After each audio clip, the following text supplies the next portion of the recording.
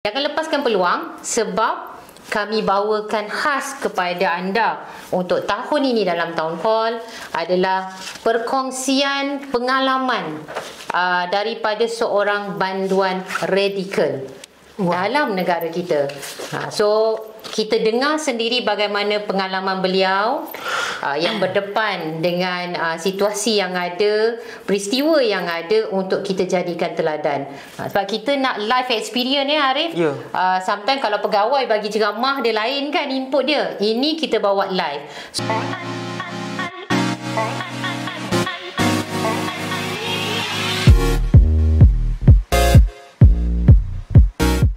Okey, Assalamualaikum dan salam sejahtera semua kepada penonton yang saya kasihi. Selamat datang ke studio Perpaduan dalam rancangan TV Perpaduan Wadah Penyatuan bersama saya Arif selaku host pada hari ini. Dan pada hari ini kan sebenarnya saya sangat teruja sebab kita bawakan insan yang istimewa. Dan sebenarnya puan ni tak asing lagi di dalam perpaduan di negara kita. Dan hari ini saya nak bercerita sikit dan berkongsi lah dengan puan mungkin berkaitan dengan satu bahagian yang ramai tak nampak kerja di sebalik tabir, tapi sebenarnya merupakan kor jabatan yang sangat hebat ataupun padu lah orang kata puan ya. Dan hari ini saya bersama dengan tulang belakang perpaduan kita iaitu bahagian pengurusan perpaduan, dan lebih istimewa saya bersama dengan figura yang hebat di dalam perpaduan yang berusaha yang berbahagia, Puan Nur Wahidah, pengarah bahagian pengurusan perpaduan. Assalamualaikum puan, apa khabar? Waalaikumsalam. Selamat petang Arif. Macam mana puan hari ni feel kita berada di studio perpaduan? Boleh share sikit tak?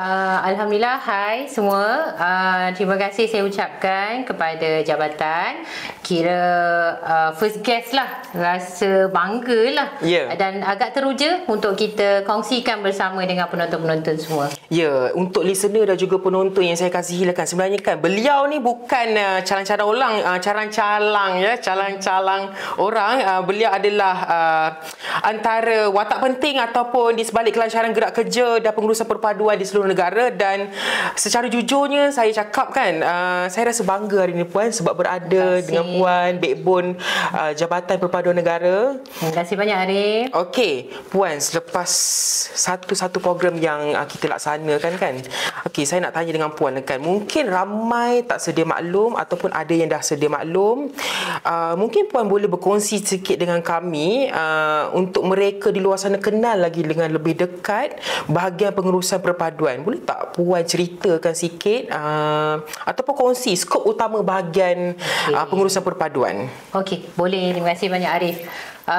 Selamat petang semua penonton di media sosial dan juga especially kepada TV Perpaduan kita pada hari ini. Terlebih dahulu saya ingin mengatakan bahawa bahagian pengurusan perpaduan atau di kalangan warga perpaduan kita lebih dikenali sebagai BPP. So BPP ni boleh dikatakan little special branch lah, ala-ala begitu. Sebab apa? Kami banyak bekerja di belakang tabir. Kami memantau isu-isu perpaduan, apa saja isu yang boleh menggugat perpaduan keharmonian masyarakat di peringkat akar umbi. Dan lebih-lebih lagi untuk makluman Arif, kami mengesan dan juga memastikan isu-isu ni dipantau 24 jam sehari Arif. Oh, 24 jam puan ya? So 24/7 tim yang berada di Ibu Pejabat bersama dengan Jabatan Perpaduan di peringkat negeri dan juga daerah, kami memantau bersama dengan pegawai-pegawai di peringkat daerah sekali. So tu sedikit untuk makluman Arif. Tugas sebenar kami di belakang tabir untuk memastikan bahawa isu-isu yang berada di peringkat akar umbi ini dapat ditangani sehabis baik. Kita rentas agensi dengan kerjasama semua agensi yang ada. Okey puan, setiap apa yang kita laku ni kan, yang kita jalankan ni mesti ada cabaran. Sedikit cabaran yang puan boleh kongsikan dengan kami. Kalau berdasarkan pengalaman saya lah ya Arif, 18 tahun, hampir 18 tahun bersama dengan Jabatan Perpaduan. Bukanlah orang kata satu tempoh yang sekejap. Dan berada di bahagian pengurusan perpaduan ni yang paling mencabar. Ya, betul. Kalau sebelum ni saya pernah berkhidmat di bahagian latihan, pernah berkhidmat di negeri. Jadi bila diberi mandat untuk mengetuai bahagian ini, itu satu cabaran yang cukup besar sebab kita nak menjaga perpaduan dan keharmonian ni, nak memastikan Arif boleh pergi kerja, boleh pergi ngopi. Betul. So walaupun kita bukan satu badan penguatkuasa, untuk makluman Arif dan juga penonton sekalian, Jabatan Paduan ni kami bukan penguatkuasa. Kami bukan PDRM ataupun agensi-agensi keselamatan yang lain, tetapi Jabatan Perpaduan ni antara agensi utama yang menyokong kepada agensi-agensi keselamatan yang lain, untuk makluman Arif lah. So di situlah cabaran yang diberikan oleh jabatan kepada kami, bagaimana kami nak memastikan rakyat kekal, orang kata aman damai, kita boleh lagi orang kata menjalankan aktiviti-aktiviti dalam keadaan yang stable. Kita membantu supaya penyampaian perkhidmatan di peringkat akar umbi ni lebih lancar. Itu antaranya. Okey, tadi Puan ada kongsikan dengan saya yang isu perpaduan ni perlu diselia 24 jam, betul? Betul. Okey, macam mana Puan jaga semangat pasukan Puan dan pastikan semuanya terus kekal fokus dan bersatu hati dalam menjayakan isu perpaduan ni supaya tidak lebih melarat ke arah yang lebih teruk, Puan? Pastinya teamwork lah. Teamwork.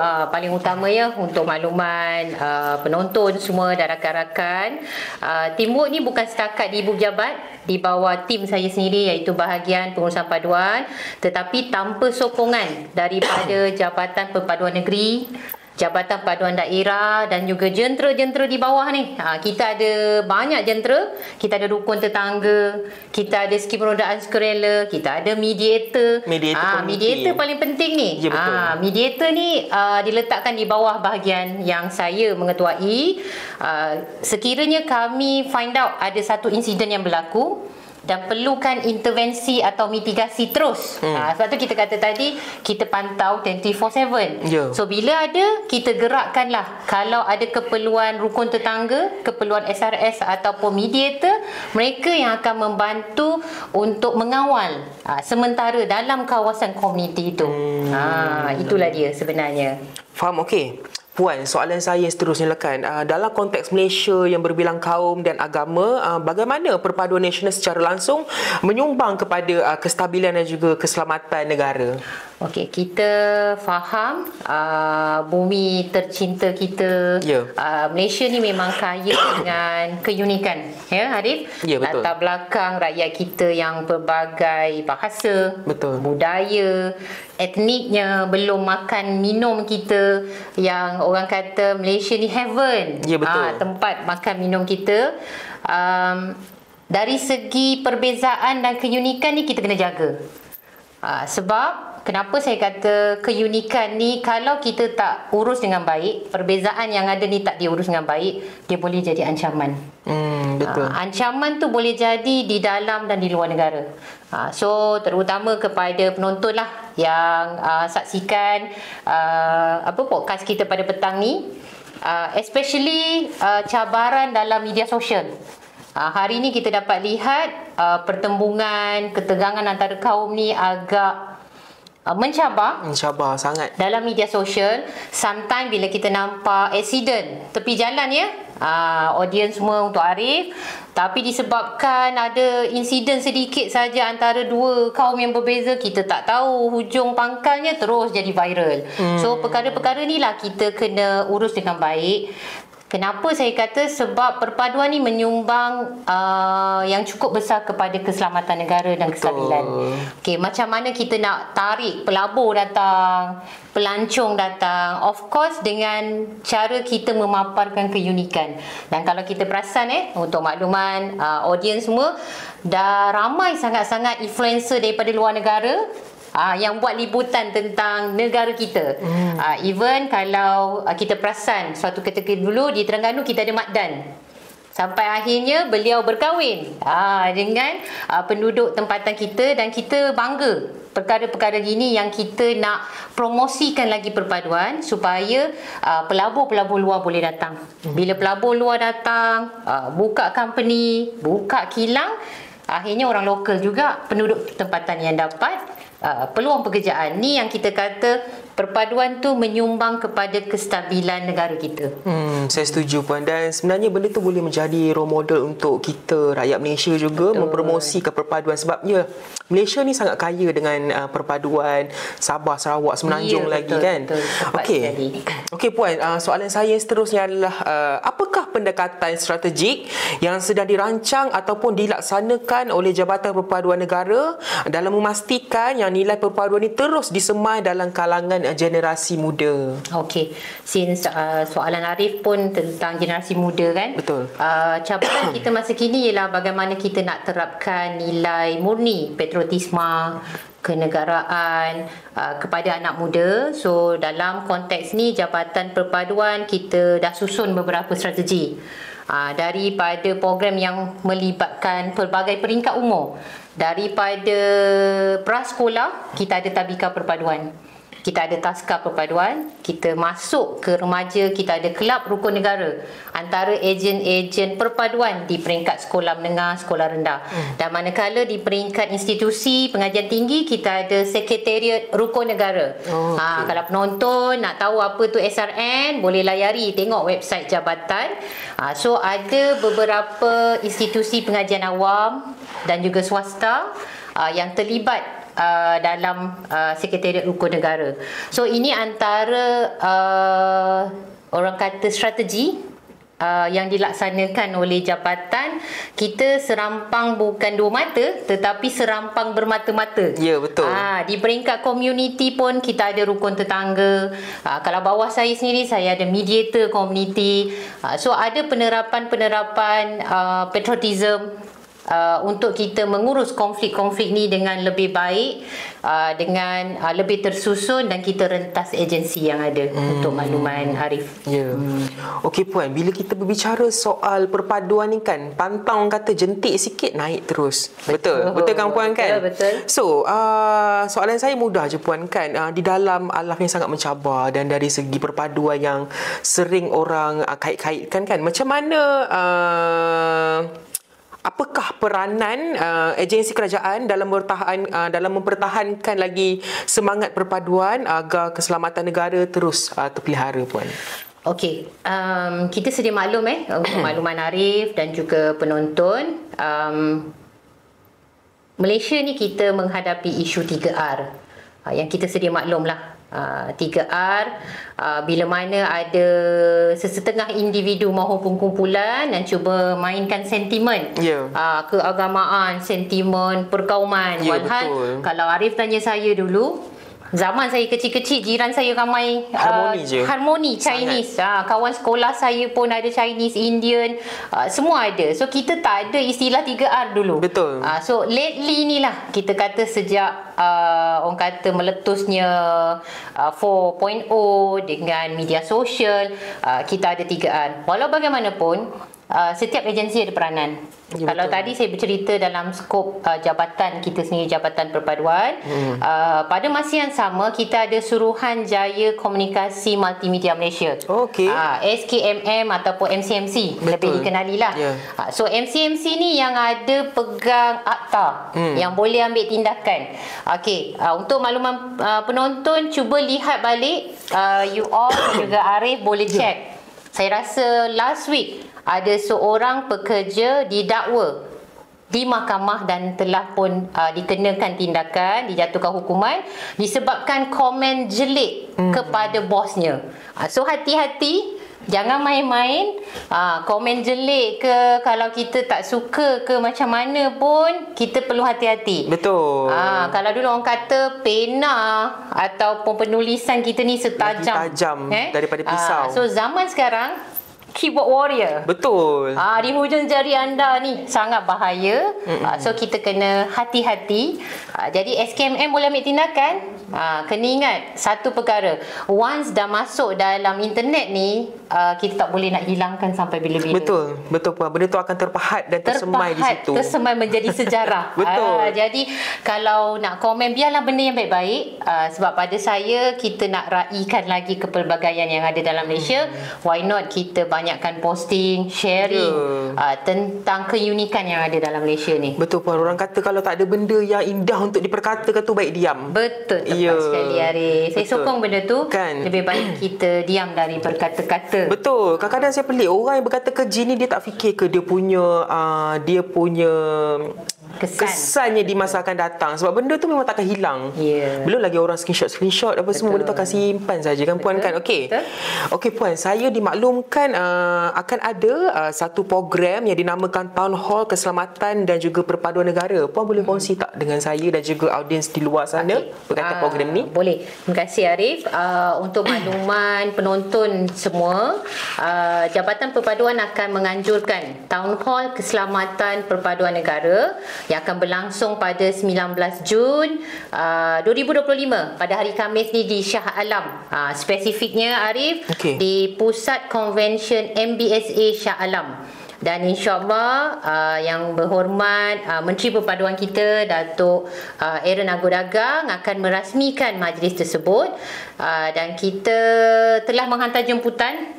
Kita menjangkakan 500 peserta yang akan hadir dalam town hall ini, yang mana mostly adalah daripada pelbagai peringkat umur dan juga pihak-pihak seperti komuniti jentera kita sendiri, termasuklah kita jemput juga persatuan penduduk, NGO, badan-badan belia yang terlibat sama. Dan untuk makluman Arif dan juga penonton, kenapa kita laksanakan town hall keselamatan dan perpaduan, di mana saya maklumkan tadi, keselamatan dan perpaduan tu main peranan yang sangat penting. Dia saling berkait dan saling bergantungan. Betul. Nak tentukan negara kita selamat, imej yang bersih, stable, kita perlu kukuhkan perpaduan tadi.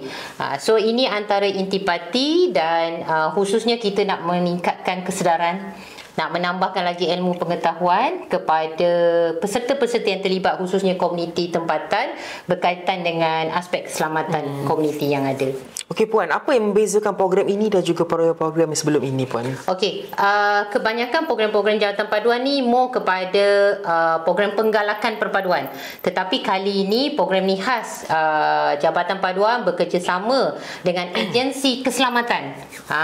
Itu yang orang kata very spesifik dan saya kongsikan ya Arif. Ya, boleh. Dan juga penonton, antara agensi yang akan terlibat sama seperti mana tadi saya maklumkan, SKMM, Majlis Keselamatan Negara. So bukan calang-calang ni, kita nak bawa Polis Diraja Malaysia pun turun, Yayasan Pencegahan Jenayah pun turun, MCPF. Dan kita juga ada penglibatan daripada pakar penyelidik kita daripada Universiti Islam Antarabangsa, insyaAllah akan ada nanti. Dan ada beberapa pengisian lain lah yang kita akan turut serta dalam program ini selain daripada town hall tu sendiri. Okey puan, setiap program ni mesti akan ada tema, betul puan? Apakah tema yang diperjuangkan untuk program pada kali ini? Kalau tadi kita dah ada keselamatan dan ini pastinya dia ada sedikit sebanyak lah. So tema yang telah dipilih oleh pengurusan tertinggi kita ialah menjulang perpaduan, memperkasakan keselamatan. Hebat tema dia. Seperti mana kalau dulu kita kata julang, naik tinggi. So seperti itu juga kita nak angkat perpaduan tu dijulang. Keunikan, perbezaan yang ada kita nak angkat lebih tinggi. Tetapi pada masa yang sama, kita nak pastikan keunikan tu boleh memperkasa keselamatan negara. Dia memberi impak positif kepada negara kita. Okey, so puan, sepanjang program tu berlangsung lah kan puan kan, ada tak pengisian-pengisian lain yang perlu boleh puan share dengan kami ataupun yang perlu di-acknowledge oleh semua audiens kita puan? Okey, boleh. First of all, untuk makluman penonton, saya mengalu-alukan kedatangan komuniti-komuniti setempat di Shah Alam khususnya. Jangan lepaskan peluang sebab kami bawakan khas kepada anda untuk tahun ini dalam Town Hall adalah perkongsian pengalaman daripada seorang banduan radikal dalam negara kita. So kita dengar sendiri bagaimana pengalaman beliau yang berdepan dengan situasi yang ada, peristiwa yang ada untuk kita jadikan teladan. Sebab kita nak live experience ya Arif. Yeah. Sometimes kalau pegawai bagi ceramah dia lain kan input dia. Ini kita bawa live. So kenapa saya katakan town hall ni tentang keselamatan perpaduan? Kita nak setiap peserta yang datang ni dia boleh bawa balik input yang dia dapat, pengalaman yang dia dapat, dan dia boleh sharing dengan ahli keluarga dan jiran tetangga. Dan kita tak pasti, mungkin ada indikator-indikator ancaman keselamatan yang akan dikongsi bersama tu agaknya ada, tetapi kita tak perasan. So perkara ni yang kita nak kesan lebih awal. So selain daripada perkongsian daripada banduan radikal, kita ada juga dialog strategik lah yang melibatkan agensi-agensi yang saya sebutkan tadi juga untuk makluman Arif. Dan paling utama, klimaks kita selain daripada pelancaran perasmian daripada Yang Berhormat Menteri, kita ada peluncuran rakan. Wah. Untuk makluman penonton, rakan merupakan satu lagi platform digital yang dibangunkan oleh Jabatan Perpaduan bersama dengan Kementerian Perpaduan berkaitan dengan rangkaian aduan Komuniti Awam Nasional. Rakan. So kita bagi peluang, kita nak perkasakan lagi komuniti rakyat kita ni Arif. Bagaimana tuan-tuan menjadi mata dan telinga kepada pihak berkuasa, khususnya kita ada fokus berkaitan dengan isu-isu perpaduan ataupun isu-isu yang boleh menggugat perpaduan, keharmonian di peringkat komuniti. Untuk makluman Arif. Okey Puan, setiap program yang berjalan tu kan mesti Puan ataupun sesiapa saja yang melaksanakan program ada harapan yang khusus untuk program tersebut. Mungkin Puan boleh berkongsikan dengan saya apakah harapan Puan untuk program ini? Pastinya setiap program kita nak berjalan lancar ya Arif. Tapi itu klise sangat klise sangat. Jadi harapan saya supaya macam tadilah, saya nak peserta yang hadir baik komuniti setempat kita, belia yang hadir ni dia membawa something. Dan khususnya untuk program ini adalah kita nak tingkatkan kesedaran tentang ancaman keselamatan yang ada, indikator-indikator yang ada yang boleh membantu pihak berkuasa Arif. Dan lagi satu, saya nak juga ialah supaya rakyat Malaysia ni nak menjaga keselamatan ni bukan bahu polis. Ya, betul. Bukan bahu tentera ya Arif, tetapi adalah tanggungjawab sosial semua rakyat Malaysia. So ini paling penting mesej yang kita nak sampaikan kepada rakyat. Untuk makluman Arif. Okey, kita berehat sebentar bersama podcast kita. Kita akan kembali sebentar saja lagi.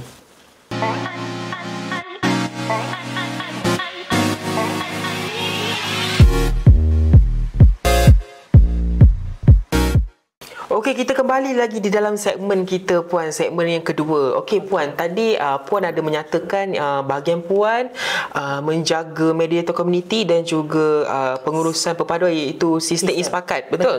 Okey Puan, macam saya dah tahu apa itu mediator community dan juga sistem ispakat. Mungkin Puan boleh share secara jelas lagi. Sekarang ni orang semua nak di hujung jari je. So mungkin video ataupun rakaman ini nanti menjadi sumber untuk orang mendalami lagi apa itu mediator community dan juga sistem ispakat Puan. Okey, mungkin boleh share dengan kita. Khasnya untuk penonton podcast pada hari ini, di bawah Jabatan Perpaduan ni kami ada sistem ispakat. Ya. Seperti mana apa itu sistem ispakat? Apa tu nama sepakat bawa berkat. Orang kata kan. Tetapi sistem ispakat ni adalah satu sistem pemantauan isu perpaduan yang kita kesan, kita analyse untuk makluman Arif, yang mana sistem ni hanya boleh diakses oleh pegawai perpaduan daerah. So maknanya pegawai dalaman Jabatan Perpaduan je lah. Tetapi Alhamdulillah, insyaAllah Khamis ni kita akan peluaskan melalui rakan tadi. Yang saya sebut tadi rakan. Rakan ni khas untuk semua penonton yang ada hari ni dan untuk rakyat Malaysia. Tetapi untuk ispakat ni special. Yang melaporkannya adalah daripada pegawai perpaduan daerah. Tetapi maklumat-maklumat yang kita terima, yang kita receive tentang isu perpaduan tu dalam skop media sosial, termasuk secara di peringkat komuniti. So mungkin ada maklumat yang pegawai dapat dalam mesyuarat, dalam kedai, dekat-dekat area kedai kopi sambil mendengar tu, dia dapat tu sebagai satu sumber lah, orang kata, selain daripada media massa, media sosial, termasuk juga maklumat yang di-receive, yang diterima daripada jentera kita, rukun tetangga khususnya, untuk makluman Arif dan juga penonton lah. Manakala mediator komuniti pula, tadi kita sebut sikit je kan, mediator ni nama, nak kata nama taklah Arif, tapi maksud sebenar dia adalah orang tengah. Orang tengah. Kita perantaraan. Perantaraan. Ni tak ada kan? Ya, betul. Ni kalau ada orang tengah ni, ketiga orangnya. Orang ketiga. Orang ketiga ni baik. Bukan orang ketiga yang itulah. Faham. Okey, so mediator yang ada yang kita nak sebut ni, dia adalah pengantara ataupun pendamai masyarakat. I see. Mereka ni menjadi pendamai untuk mendamaikan konflik-konflik antara, contoh, jiran tetangga. Arif dengan saya, kita tak puas hati pasal parking kereta. Ada. Benda tu nampak macam orang nampak benda tu macam benda remeh. Orang pandai enteng benda tu, tapi sebenarnya benda tu sangat-sangat besar impak dia kepada society di dalam kawasan sangat perumahan. Sangat besar. Kita dah nampak ya, untuk makluman penonton, saya kira tahun lepas ada satu insiden di satu kawasan PPR area Sentul, if I'm not mistaken lah. Saya minta maaf, saya tak dapat nak exactly, tapi satu PPR. Ni boleh nampak, you all boleh check, Arif boleh check dalam, kita Google sahaja, satu insiden disebabkan parking di blok.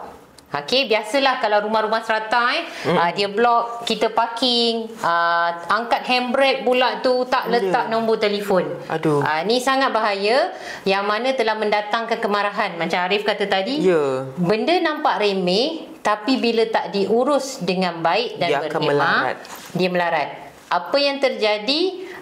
Kereta, tapi tadi kan saya kata, bila insiden yang berlaku melibatkan dua kaum berbeza ni, bila dia viral, orang kata ni isu perkauman. Ya, betul. Ini isu ketegangan ni. Padahal tuan-tuan, puan-puan semua dan Arif, ini adalah isu yang kita hadapi. Betul, setuju. Dalam setiap hari kita. Isu parking isu parking ni isu biasa. So insiden tersebut telah menyebabkan kecederaan ditetak. Teruk juga pun. Kereta yang blok tu seorang rakyat kita berbangsa Cina, dan manakala yang nak keluar daripada parking tu berbangsa Melayu. So pakcik ni horn lah. Dah berapa kali, lebih setengah jam katanya, tapi tak turun-turun owner sebenar. Untuk makluman Arif, dan akhirnya seorang Chinese yang turun, dia pergi ke kereta, ingatkan nak alihkan kereta, tetapi malangnya keluar parang. So boleh nampak kesannya anak saudara yang bersama pakcik tu ditetak.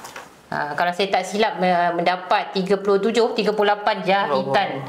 So ini real, bukan saya buat cerita. Boleh tengok kejadian di KL lah, di salah satu PPR kawasan serata yang kita berdepan saban hari banyak, Arif. So that's why lah kenapa jabatan tubuhkan wujudkan tentang mediator community. Betul. So sebelum dia melarat, kita turun bawah, kita cuba damaikan, kita cuba harmonikan isu-isu yang seperti ini. Okey puan, sebenarnya saya sangat berminat dengan mediator community dan juga sistem ispakat. Tapi kan puan, ini saya nak tanya personally, macam sistem mediator community, benda yang kita nampak, which is perantaraan, orang yang sedia ada. Tapi saya nak tanya, macam mana dari pengamatan puan keberkesanan sistem ispakat tu sendiri, sebabnya benda tu secara maya, betul? So ada yang desa-desa yang mengatakan, bila soal sistem yang telah dilaksanakan oleh kerajaan adalah benda yang biasa ataupun selalunya tidak memberangsangkan. Tapi saya rasa benda tu sangat tak sahih lah kan. So mungkin puan boleh share dengan kami sejauh mana keberkesanan sistem ispakat tu sendiri. Okey, untuk makluman penonton dan rakan-rakan yang lain yang menonton pada petang ni sistem ispakat sememangnya sistem dalaman telah dibangunkan lebih 10 tahun suatu ketika dulu pada tahun 2007. Okey, so bayangkanlah usia sistem tu sendiri dah melangkaui lebih 10 tahun. Betul. Okey, seperti mana saya maklumkan tadi, saya katakan jabatan kami ni bukan penguatkuasa. Kami tak ada akta, tetapi kami ada jentera. Ya, betul. Ejen perpaduan kita. Ejen perpaduan kami ni sangat luas. Alhamdulillah, lebih daripada 8,000 KRT kita ada seluruh negara yang mencakupi hampir 12 juta penduduk Malaysia.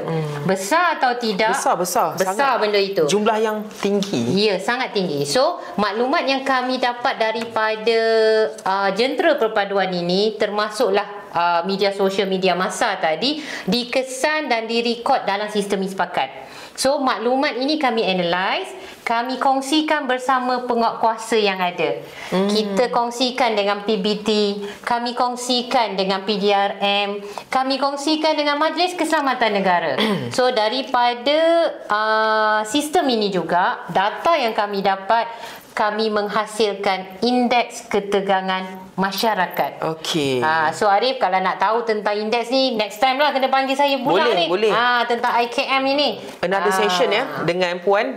Betul. So jangan katalah sistem apa yang kerajaan bangunkan ni tak nampak manfaat, sebab sistem Ispakat ni kami akses secara dalaman untuk pegawai. Kita tak buka kepada orang awam, tapi sebaliknya kami dah sediakan platform lain, rakan tadi untuk orang awam. I see. Yang akan datang nanti kan. Yes, insyaAllah. Menarik Puan, menarik, sangat menarik. Betul Arif. Okey Puan, untuk mediator community pula kan, saya melihat sebenarnya mediator community ni sangat memainkan peranan yang penting, sebab ialah sebagai seorang pegawai ataupun ialah orang yang berada di office ataupun yang melaksanakan tugas-tugas perpaduan ni, dia tidak boleh secara terus berada di akar umbi. Jadi mediator community ni sangat memainkan peranan yang penting. Jadi macam mana penerimaan orang awam ataupun grassroots sendiri mengenai mediator community ni sini Puan? Untuk makluman penonton, mungkin yang tertanya-tanya, mungkin agaknya ada yang dah berminat nak jadi orang tengah atau pendamai masyarakat ni. Kita dari segi Jabatan Perpaduan, kami memilih untuk yang menjadi mediator untuk kami latih ini bukanlah sembarangan. Pastinya someone yang kita ada authority. Sebab untuk makluman semua penonton, mediator ni diberikan latihan khusus ya, untuk makluman Arif, sekurang-kurangnya 40 jam. 40 jam? Khusus. Perlu lulus baru layak jadi mediator. Macam ambil lesen kereta ya, Puan. betul Arif. Saya antaranya selaku pegawai perpaduan dan juga mediator komuniti bertauliah untuk mengendalikan kes-kes kejiranan yang ada. So kalau penonton di luar sana berminat, mungkin anda ada kemahiran dan ada bakat, boleh hubungi pejabat perpaduan negeri dan juga daerah. Dan kalau tuan-tuan dan puan-puan tinggal dalam kawasan KRT, lagi menjadi orang kata advantage. Betul. Untuk kita rekrut, dan khususnya kita juga ada sebahagian daripada mediator kita ni daripada NGO agama. I see. Sebab tadi kan kita kata isu 3R. So ada sebilangan NGO agama yang ada kerjasama dengan Jabatan Perpaduan, kita turut melatih mereka Arif. Dan kita nampak nowadays sometimes isu yang berkaitan dengan rumah ibadat bukan Islam, ada campur tangan dari segi relocation, nak pindahkan, mungkin ada disebabkan pembangunan Arif, seperti mana kita nampak. Jadi perkara-perkara ini juga kami diberi peluang kepada agensi-agensi yang terlibat untuk membantu mendamaikan kedua pihak ni supaya kita dapat titik persetujuan. Betul, setuju. Antara dua belah pihak. Kena ingat, mediator kami bukan hakim, kami bukan lawyer, tetapi kami adalah pendamai yang menentukan keputusan tu dua pihak yang terlibat. So sebenarnya mediator ni menjadi pemudah cara sahaja Arif, untuk kita kekal tenang, kita dapat selesaikan dalam keadaan yang harmoni. Betul. Itu paling penting untuk makluman Arif. Selaras dengan usaha Menteri Perpaduan Negara lah. Cakap baik-baik. Betul. Ya. Cakap baik-baik. Ya penonton. Kita kena faham, hormat dan terima. Ya, setuju. Puan, saya sebenarnya sangat tertarik dengan mediator community ni tadi kan. Mungkin ada tak isu-isu yang orang nampak benda remeh, sebenarnya sangat berat yang telah ditangani oleh mediator community? Ada tak sedikit sharing daripada Puan selain daripada isu parking tadi? Okey, ada. Untuk makluman, kalau penonton perasan awal tahun ini kita ada isu di Sepang, seorang pakcik yang mengeluarkan satu kenyataan yang agak berbaur lah perkauman disebabkan dia tak nak jual minuman ke jagung tu. Ada, saya ada baca. So, tular. Perkara tersebut tular. Okey, dia dah jadi viral dalam satu malam. Jadi immediately tindakan yang diambil adalah pegawai Perpaduan Daerah Sepang turun bersama dengan wakil komuniti Melayu dan India bersama mediator kita. I see. Yang turut ada bersama kami adalah PDRM lah dari Balai Polis yang terdekat untuk bersama kita tenangkan kedua-dua belah pihak, kita cari penyelesaian yang ada. Usaha Jabatan Paduan ni kita nak tenangkan Arif. Selepas daripada itu dia ambil tindakan penguatkuasaan ke undang-undang, itu urusan lain. Yang pertama kita nak tenangkan nurtizen kita ni. Nurtizen kita jabatan ni. Netizen negara kita ni daripada mereka terus forward benda yang tak sahih. Benda yang tak sahih. Perkara tersebut telah diambil tindakan oleh kedua-dua pihak, dah sepakat, memang niat berdamai. Apapun tindakan di belakangnya berkaitan dengan perundangan, itu urusan lain. Itu adalah urusan agensi yang berkaitan. So ini antara usaha yang saya boleh kongsikan kepada rakan-rakan penonton yang lain dan juga Arif. Terbuktilah sebenarnya usaha mediator community ni tidak tamat di situ saja. Dan sebenarnya mediator community ni juga memberi impak kepada perpaduan di negara kita kan Puan kan? Betul Arif. Okey, sebelum kita nak akhiri sesi kita pada hari ini kan Puan kan, sebagai seorang pengarah yang menguruskan isu-isu perpaduan di negara kita kan, apakah harapan Puan terhadap usaha perpaduan negara, khususnya dari sudut pengurusan dalaman dan juga kerjasama daripada semua pihak Puan? Boleh share tak? Of course, sekali lagi terima kasih banyak Arif jemput saya hari ini, dan Alhamdulillah saya berkesempatan untuk kongsi dengan semua penonton. Pastinya harapan saya selaku warga perpaduan lah, sebagai warga perpaduan penjawat awam dan amnya sebagai rakyat Malaysia, saya berharap semua pihak berganding bahu untuk kita capai perpaduan yang kita idam-idamkan sangat-sangat.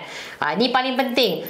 So langkah-langkah yang kami sedang laksanakan termasuk agensi-agensi lain ni adalah langkah kepada penyatuan perpaduan tersebut. So saya mengharap rakan-rakan, penonton dan Arif juga sama-samalah kita gambling, usaha untuk pastikan kita dapat setiap hari ni kita dapat melangkah ke hari yang lebih baik. Betul, setuju. Suasana yang lebih harmoni. Dan saya percaya semua rakyat Malaysia sayangkan tanah akhir kita ni. Setuju Puan. Okey Puan, terima kasih di atas perkongsian yang sangat bermakna ni, dan jelas sebenarnya di sebalik setiap inisiatif dan juga program perpaduan yang kita nampak sekarang ni kan, ada satu pasukan pengurusan yang sangat cekap sebenarnya. Dan komited, sabar nak menguruskan isu perpaduan ni bukan mudah orang kata. Mungkin ada di luar sana melihat alah perpaduan tu simple matter, tapi sebenarnya kalau kita tak selia dengan baik, dia akan jauh lebih keruh lah keadaannya kan Puan kan? Betul Arif. Dan harapan kami di sini semoga usaha murni ini terus diberi sokongan oleh semua pihak yang bertanggungjawab, kerana perpaduan bukan sekadar slogan tapi sebagai satu tanggungjawab bersama. Okey? Kita jumpa lagi di sesi yang akan datang bersama saya Arif Azizi. Jumpa lagi, okey? Terima kasih.